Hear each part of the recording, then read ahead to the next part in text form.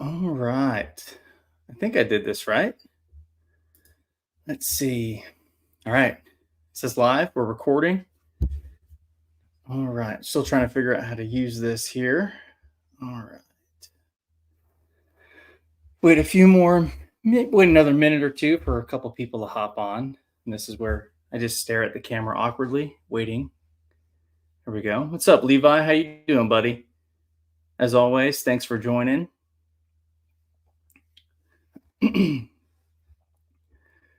All right. Here we go. How you doing, Levi? Dustin, what's up, buddy? Glad you can make it. I know this is a bit of a surprise.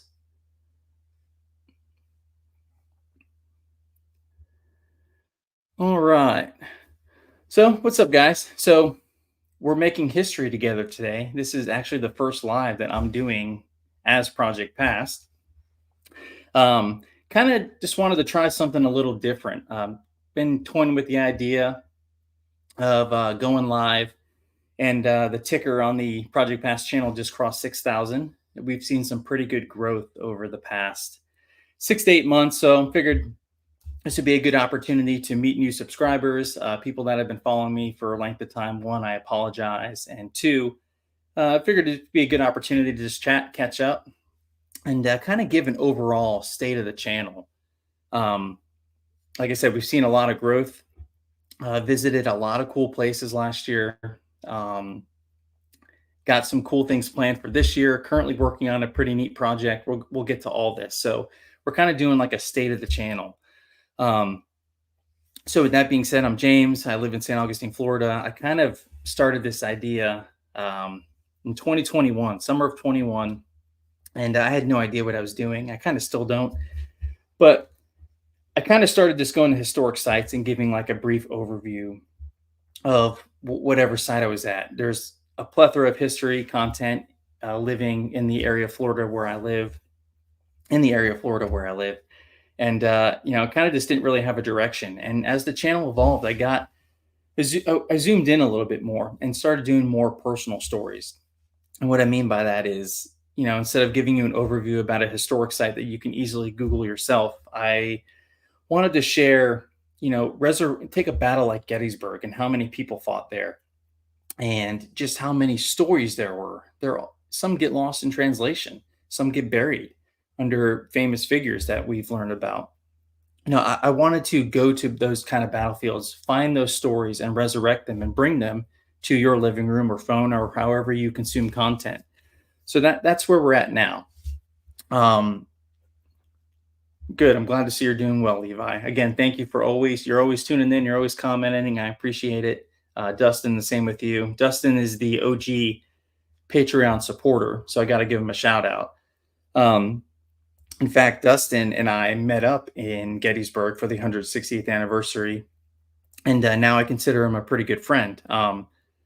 So whenever you see me out and about, walking around, you'll see the shirt on. Don't ever hesitate to come up to me.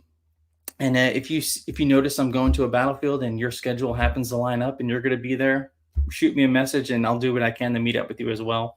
I love meeting new people, learning new things, and seeing new perspectives and things of that nature.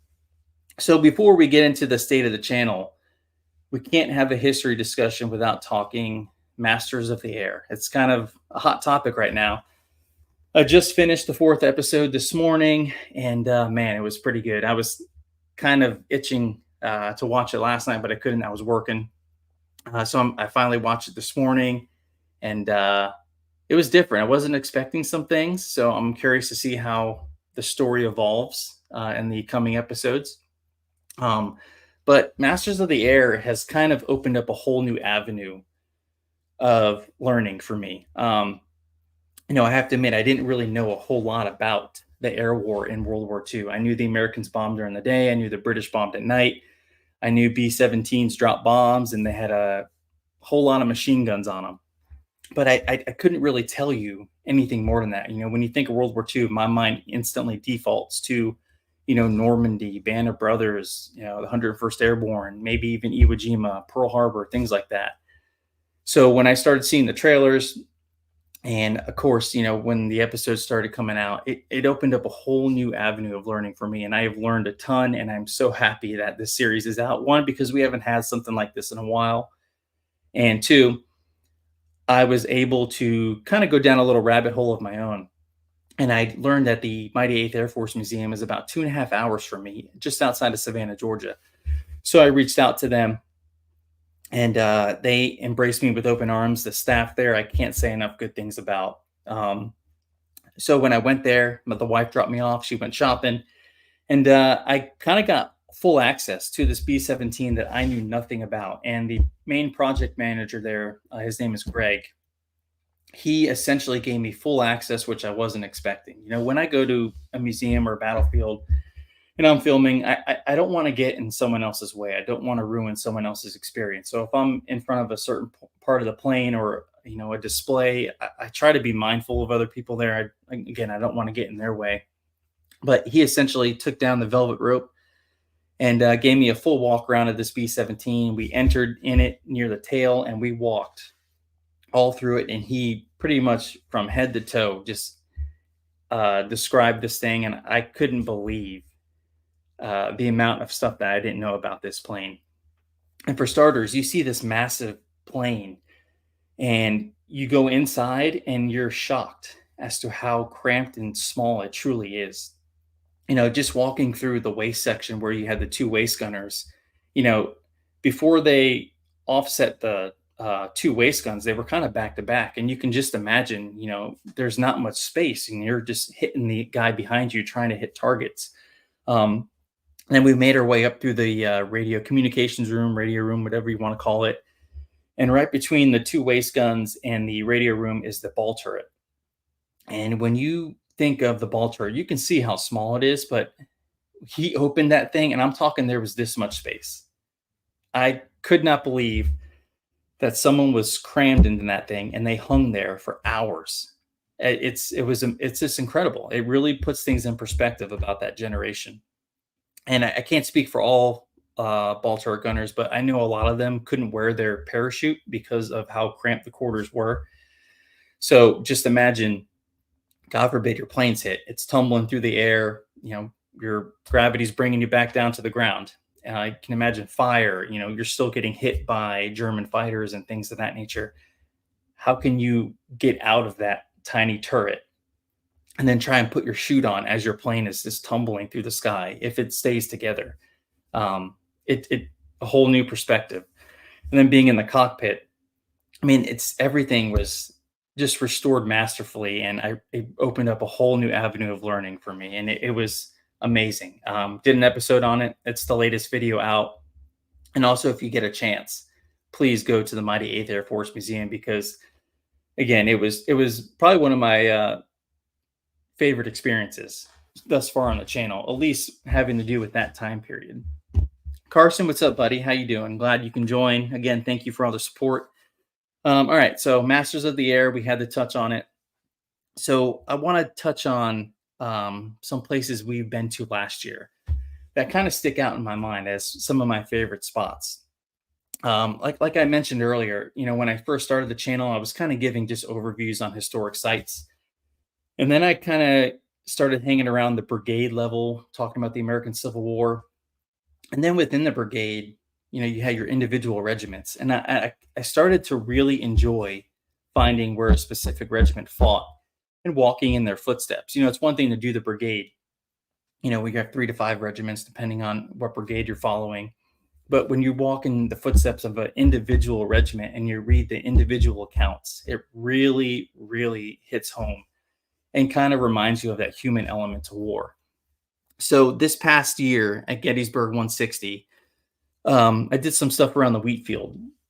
And through doing research, I found that there was a monument in the middle of the Rose Woods.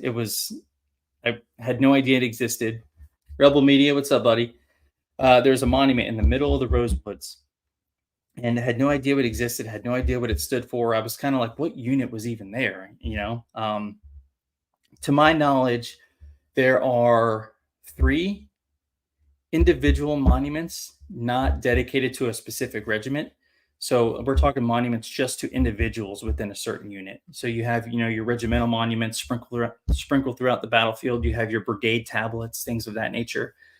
But to my knowledge, there are three monuments dedicated to individuals that fought at Gettysburg. There could be more, but I know of three. I visited two of them. The first one I visited was in the middle of the Rosewoods, and it was dedicated to Captain Henry Fuller of the 64th New York of Company F. Now, I instantly kind of gravitated towards that because, like, wow, this is a monument to a specific individual. He must have been pretty special. So, just through research, trying to find, how to get there, because there was really no clear path. Through research, I discovered that there was like an old trolley bed that runs through the Rosewoods, and it gave step-by-step instructions. I believe it was Gettysburg Daily was the website. It gave step-by-step instructions about how to get the Fuller's Monument from this old trolley bed. Well, I went during the summer, everything was overgrown. I couldn't find the trolley bed. I probably walked right past it. But there is a stone wall right at the edge of the wheat field. So you have the wheat field, the stone wall, and beyond the stone wall, you have the Rosewoods. Right at the stone wall was the 17th Maine. So me and Dustin found that if we entered from the right flank marker of the 17th Maine and we went in about 50 yards, we would come to, I believe it's called Rose's Run. There's a small little creek within the Rosewoods. You would come to that creek, and once you cross the creek about another 20 yards is Fuller's Monument. So this is obviously kind of off the beaten path. So we entered through where the 17th Maine was, through the Rosewoods, and we found Fuller's Monument. And it was a pretty special moment, because knowing, there's millions of visitors that visit Gettysburg every year, knowing that only a handful of people visit that monument and spend some time at that spot was special in itself. So, I was standing there, and you have this monument in the middle of the woods, pretty much forgotten, and I'm trying to envision what was going on. So the 64th New York was part of Caldwell's division, I believe in Brooks Brigade. They came surging into the wheat field, and they began pushing back. I believe Georgians under the command of Anderson. They pushed them back through the wheat field, through the Rosewoods, where they met another group of Georgians, I believe under the command of Semmes, and they began pushing Brooks Brigade back through the Rosewoods. This that ebb and flow that you see so many times in the wheat field. Well, as they were retreating, Captain Henry Fuller was struck. He fell. A handful of privates tried to pick him up. I believe one of them was George Whipple. Picked him up where Fuller was struck again mortally, and he would die in that spot. Now, a couple of days later, his body would be recovered and buried at another portion of the Gettysburg battlefield, and from there, it would finally be brought home. But just to be in that spot where Fuller had his last moments, knowing that there wasn't a whole lot of visitors coming down into the middle of the Rosewoods, was pretty special. And I'm glad I got it all on film, and I'm hoping that Fuller's sacrifice is essentially resurrected a bit and people can learn his story more. So that's been one of my favorite moments from Gettysburg. Another one around the same time frame, it was Antietam. Now, this story is pretty interesting, and it kind of amazes me that this even could happen. I covered a regiment called the 16th Connecticut Infantry. They mustered into the Union Army weeks before the Battle of Antietam. And if you think about it, obviously they had to walk a lot of places. So think about mustering just weeks before Antietam. You had to walk to D.C., and then from D.C. they marched to Antietam. During that time, there's not a whole lot of training taking place. Like, you're trying to keep up with the rest of the army. Fighting breaks out at Antietam, and on September 16th of 1862, this regiment is shown how to load their muskets for the first time. The day before, the bloodiest single day in American military history, the 16th Connecticut Infantry was shown how to load their musket once or twice. Just think about that for a second. So imagine being a soldier in the 16th Connecticut, working your way up to the final attack on just past Burnside Bridge with the 9th Corps. And you're a soldier in the 16th Connecticut, and you have little to no training. You have no idea how to perform maneuvers or anything for that matter. Then all of a sudden, you get hit on your flank by a very experienced division of South Carolinians under A.P. Hill. this regiment was set up to fail from the get-go, and the story is tragic, and their sacrifice isn't romantic. It isn't filled with tales of valor or glory, but it needs to be remembered because these men fought and died and sacrificed there just like everyone else. Like I said, there's no romantic tales of valor. These guys were thrown into the fight, little to no training, and they paid for it dearly. But just being able to stand in that spot, learn their story, again, bring light to it. I was also able to, through John Banks' Civil War blog, find the general location of a captain in the 16th Connecticut where he would be mortally wounded and spend his last moments. So I was able to kind of pinpoint that location and then spend some time there too. So these personal stories are kind of what I'm kind of gearing towards on the channel, literally resurrecting their stories, bringing them to life, and hopefully by learning about their sacrifice, we can try to at least have conversations that make us uncomfortable instead of refusing to talk with each other. So that was a couple highlights from last year. Now, currently, I am working on a few things. One of which is about the Dade Massacre. So the Dade Massacre happened in Florida in the 1830s, and it kind of kicked off the Second Seminole War. Now, outside of knowing that over 100 U.S. soldiers were killed by Seminole warriors, I didn't really know a whole lot about it. So think about it from the aspect, I want to think about it from the aspect of both sides involved. So I went to the reenactment in early January here in Florida, and I learned a ton, and I'm hopefully going to try and connect with someone at the battlefield and get their insight and hopefully bring this story to life because it's an important period in our nation's history. It's not pretty, but it needs to be remembered and needs to be told. So working on that. I'm also working on a really unique project that I'm kind of excited about. It's so new still that we kind of still don't have a name for it, but we have a concept, and I'm very excited about the direction that I feel like it can take us. I'm teaming up with Colby from the America Fog of War podcast. If you don't follow his podcast, it's phenomenal. Colby is a Marine who served multiple tours overseas in combat, and his podcast is dedicated to the American warrior and the fighting spirit of the American military. So I'm teaming up with him, and what we want to do is we are left hundreds and hundreds and hundreds of accounts throughout past conflicts. What I want to do is, what do those accounts truly mean? What does it mean when a bullet whizzes by your head? Can Colby give us some insight as to how close that bullet truly passes by your head? Does Colby look at a battlefield differently than I do? When I go to Culp's Hill, you obviously see the train and things of that nature. You know where the Union lines are. You know where the Confederates came up through. But what is Colby seeing? Those are some of the questions that we want to answer. Does a modern day combat veteran see things differently through the lens of an historical context, like I would see something? Another thing that we want to find out is, can a soldier in the American Civil War have similar experiences than a Marine in a small village in Afghanistan? So we're pretty excited about this. I don't think it's groundbreaking or anything like that, but we're pretty excited to kind of view history through a different lens. And this is an ongoing project. We met up last year, filmed some stuff. So you're going to start seeing some teasers or trailers or whatever you want to call them in the next few weeks. And we're going to just let this thing evolve and see where it takes us. But Colby and I are pretty excited about this. Let's see. Got a few new people in the chat here. Civil War Digital Digest, fantastic channel. One of the minds behind the Digital Digest is Will, who is phenomenal. He's kind of been somewhat of a mentor to me.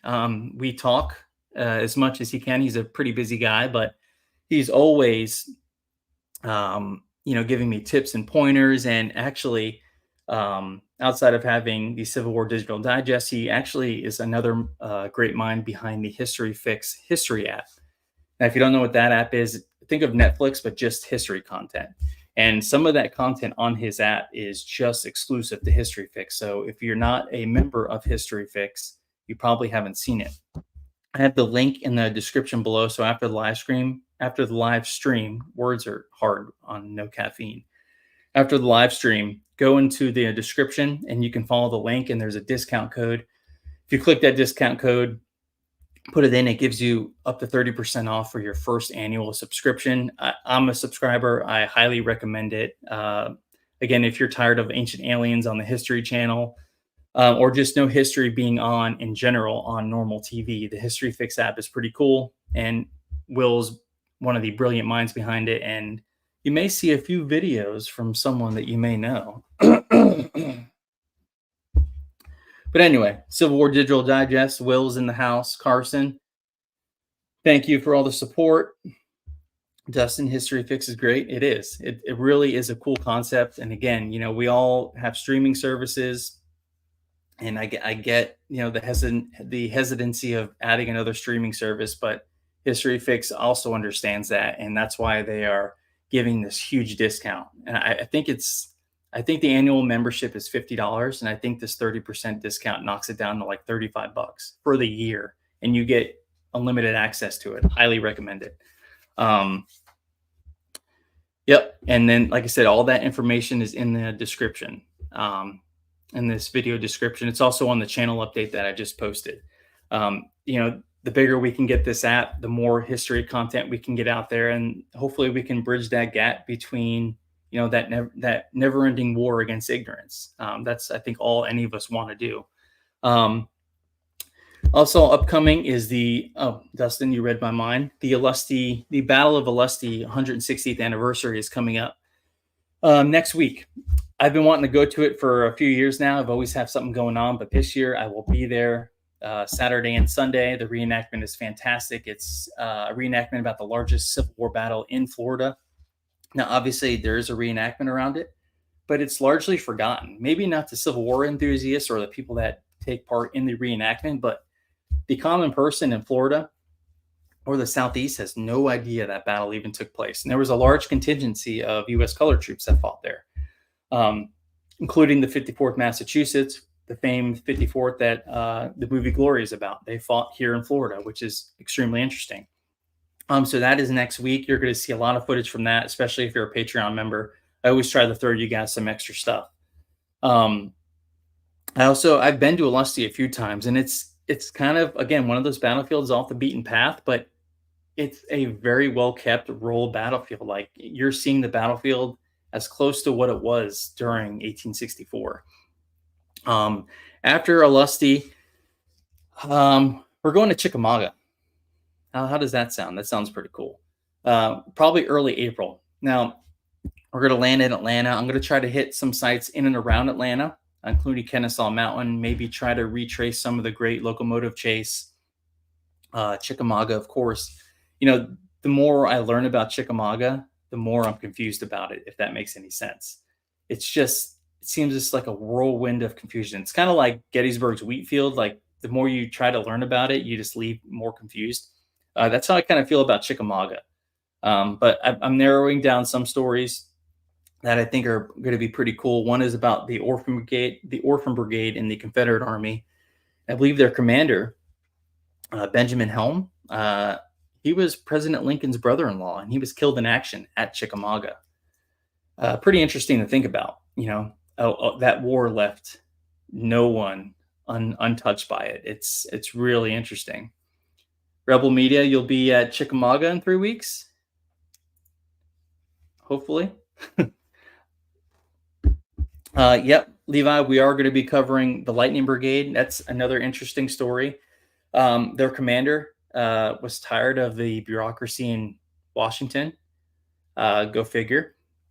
And so he started writing, I believe, personal investors or banks, and he got his brigade these seven-shot Spencer rifles. Good Lord, I need caffeine. And he got those rifles in time for Chickamauga. And just think about the firepower. Just think about how a brigade, all sporting 7-shot Spencer rifles, think about the firepower that creates. So that's a story we're going to be covering. The Orphan Brigade we're going to touch on. I live in Florida, grew up in Florida. I kind of always naturally drawn to Florida's involvement in the Civil War because it's often overlooked. We've walked in the footsteps of the Florida Brigade at Gettysburg. Going to continue that tradition as well as we visit more battlefields. Going to try and walk in the footsteps of the Florida regiments at Chickamauga. It's a little harder to do because they weren't as involved, but one of the regiments, the Third Florida, by this time in the war, it was called the First Third Florida or the First slash Third Florida. Their numbers were so depleted, the First and Third regiments were combined. But within the Third Florida Infantry was a company, Company B, called the St. Augustine Blues, and they were mustered right here in St. Augustine. So I thought that was pretty interesting. So I'm going to try and walk in their footsteps as well. Think about I'm going there in 2024.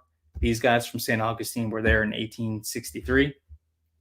So going there almost 160 years later, kind of obviously I'm flying. I'm not walking like they did, but I think that'll be kind of a cool moment. And we're also going to touch on some regiments that made the last stand on Horseshoe Ridge, one of which has a family connection to one of my friends.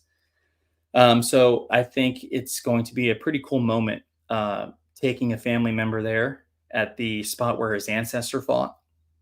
You think about how his family's history could have been different if his ancestor didn't make it. Would my friend be here today? We don't know. So I think that's going to be a cool moment as well. Civil War Digital Digest. Yeah, think about, how fast you're going to go through that ammo, because now instead of firing, 3 shots a minute, you have triple the firepower in your hands. I think that was kind of a lot of the hesitancy towards those kind of weapons. You have all the generals and the pencil pushers worrying about how much ammo they're going to be spending, but meanwhile, the soldier on the ground, his firepower is amplified. So it's always interesting to think about. Rebel Media, they do have St. Augustine Blues have a really cool flag. I believe it's in the American Civil War Museum in Appomattox. I haven't personally seen it, but I've seen pictures and I think it's there. I may be wrong, but Civil War Digital Digest give us a sneak peek. The regiment I am referring to is the 89th Ohio. I believe they were in Turchin's Brigade. Yeah, so it's going to be a pretty cool moment. Obviously, all along Horseshoe Ridge, you had these Union regiments just holding on until they were out of ammo. Just Confederate charge after Confederate charge. I couldn't imagine being there that day. And while we're talking about Horseshoe Ridge, I almost forgot. I do want to walk in the footsteps of the South Carolina regiments and maybe try and find the area where the Angel of Marie's Heights was killed in action. Yes, the Angel of Marie's Heights that gained the name from Fredericksburg. He was at Chickamauga and he was killed in action there. So I'm going to try and pinpoint at least where his regiment was and maybe try and find the general area where he was killed. It's always so hard. When you go to these battlefields and you have a monument, it's important to know that that's the general area, maybe not the exact location, maybe a couple feet here or there. But that's something I always try to convey in my videos. Also, while we're in that area, we're going to go to Chattanooga. I went to Chattanooga just after Christmas, and unfortunately, some of the footage didn't turn out great. I just got a new camera. Thought I had the settings dialed in. I did not. So some of the footage didn't come out, but luckily I know exactly where to go now. I know exactly what to film now. Got the settings dialed in on the camera. So we're going to be kind of touching on that battle as well. You think about how close Chattanooga and Chickamauga are, and how connected they are. It's pretty interesting to think about. And in my opinion, Chattanooga has probably the best view of any battlefield, at least in the United States. I haven't been overseas to a battlefield, but battlefields that I've been to in the United States, Chattanooga Lookout Mountain is absolutely beautiful. I can spend hours up there just looking. And it's also interesting to note that the battle for Lookout Mountain, the battle above the clouds, didn't happen at the summit. It kind of happened on a large plateau near the Craven House. So again, those are sites we're going to be touching on. Also, we're going to be making the hike up Toccoa, Currahee. Again, it's one of those things I've always wanted to do. And God, the sun is like right on my face here. It's one of those things I've always wanted to do. And since I'm going to be in that area, Dustin, who's going to tag along with me. We're going to make that hike and try and make that hike represent the timeline for D-Day. So when we start our hike, that's the Men of Easy Company boarding their C-47. And as we progress through that hike, I'm going to try and match it up with the events unfolding on D-Day, kind of chronologically. We'll see how it turns out. But just being in Toccoa, knowing their story, and of course, Band of Brothers have brought so much attention to their story. You kind of feel like those guys because that series was done so well. You felt like you knew them on a personal level. So it's going to be cool being at a place that they were. You like I said, you feel like these guys. So that's what's coming up in March. Towards the end of the year, I'm going to try and hit some stuff. God, the sun is. I'm going to try and hit some stuff locally. I live in St. Augustine, and I have barely scratched the surface of. The sun is just killing me. I've barely scratched the surface of the history here in St. Augustine, and there's something here for everybody. You have Native American history. You have early colonization, the Spanish settling here, battling with the French. You have beef between Spain and England. You have American Revolution history, American Civil War history, some War of 1812 history, very briefly. You even have World War II history. You had German U-boats off the coast of places like Ponte Vedra. You had lookout observation posts all along Florida. So there's literally something here for everybody if you're interested in history. And I have barely scratched the surface here. I think I've only covered 1 or 2 sites, maybe 3 sites here in St. Augustine. So I'm going to try and focus on that a little bit. I don't have to travel as far. It's literally like a 15-minute drive. But one of the cooler sites, Fort Pickens. I gotta make it there. That's in the Panhandle, correct? I think by Pensacola. Also, the Battle of Natural Bridge was a Civil War battle that took place in, I believe, 1864, maybe 1865. But it's kind of closer to Tallahassee too. But it's kind of one of those smaller battles, but it's also a really neat story. I believe a group of, at the time it wasn't Florida State, but I believe a group of cadets from the military academy in Tallahassee fought at Natural Bridge. Again, it's one of those captivating stories. You hear like the Battle of, the movie The Field of Lost Shoes and the VMI cadets. So it's kind of similar to that, just without the well-known publicity. So yeah, I got some cool stuff coming up. I'm trying to think of what else. I mean, I feel like with spring right around the corner, things are getting ready to ramp up. Civil War Digital Digest. Yeah, I'm all for collabs. I love meeting fellow content creators and kind of picking their brain and seeing how much I don't know. But yeah, I love, I collabed with a couple people. I met with Aaron Smith from Forward Gettysburg last summer. He was awesome. He kind of gave me a class in the wheat field. Of course, Colby with America Fought the War. I'm excited for that partnership. So whenever we can cross paths, Will, I'm all for it. What else? There was something else I wanted to tell you. You know what? I just can't remember. It was a long night at work. Current projects. Oh, okay. I walked in the footsteps of the 14th Brooklyn at Gettysburg. I just got to find time. I can't do the sun. What is happening?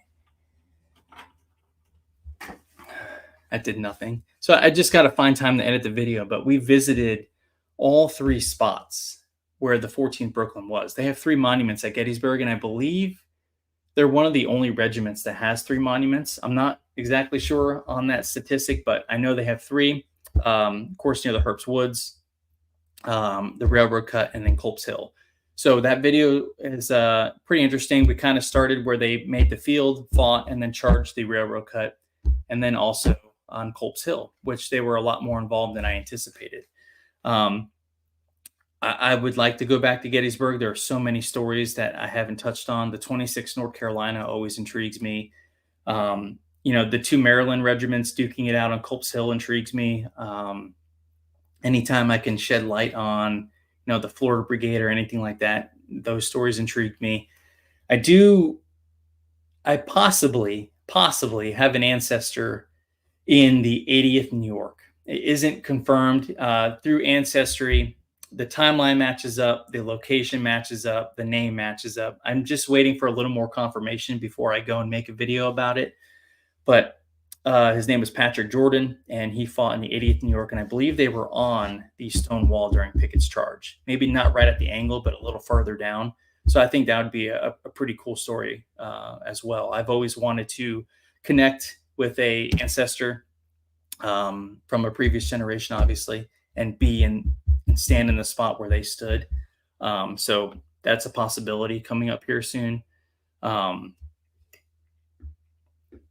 I think that's about it. It doesn't seem like a lot, but it is. Also, on that Chickamauga, Chattanooga trip, we're also going to be hitting a few sites, the Sherman's March to the Sea. Oh, God. So a couple weeks ago, I was able to connect with a guy by the name of Aaron Bradford, who runs Liberty Encounters in Savannah, Georgia. And he's also one of the lead curators at the Coastal Heritage Society. I hope that's the right name. He also does a lot of historical reenacting with Old Fort Jackson just outside of Savannah. I was able to team up with him via a surprise from my wife and kind of represent the Republican Blues, which was a militia unit based in Savannah that started in the War of 1812, and they saw service all the way through the American Civil War. And then after the American Civil War, they were redesignated to an artillery unit where they continue to see service in the Georgia National Guard today. So I want to link up with him again, and we're going to do a brief history on the Republican Blues, not to be confused with the St. Augustine Blues, but their history is pretty interesting. And hopefully we can fire some cannons and muskets on that one. So that'll be pretty cool. Other than that, let's see if we missed any comments here. This sun in Florida, the sun in Florida is no joke. It's winter and it's 75 degrees outside, just blasting my eyes here. Way to go to set up your studio, James. Good setup right by the window. All right. Levi, what do we got? Me and my reenacting unit. Oh, where did it go? Should be in Gettysburg, October 18th and 19th. Okay. 150th New York. Dustin, I hope Little Round Top is open soon. I've been to Gettysburg 3 times, and all 3 times Little Round Top has been closed, which isn't a bad thing because it's allowed me to explore other areas of the battlefield. And I think that's true for a lot of other people. They're getting out, seeing other spots of the battlefield.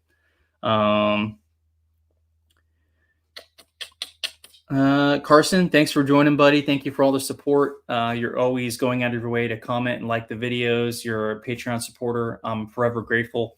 When I first started this, I had no idea what I still don't, but I was surprised to get 10 subscribers, and now we just crossed 6,000, and I have Patreon supporters.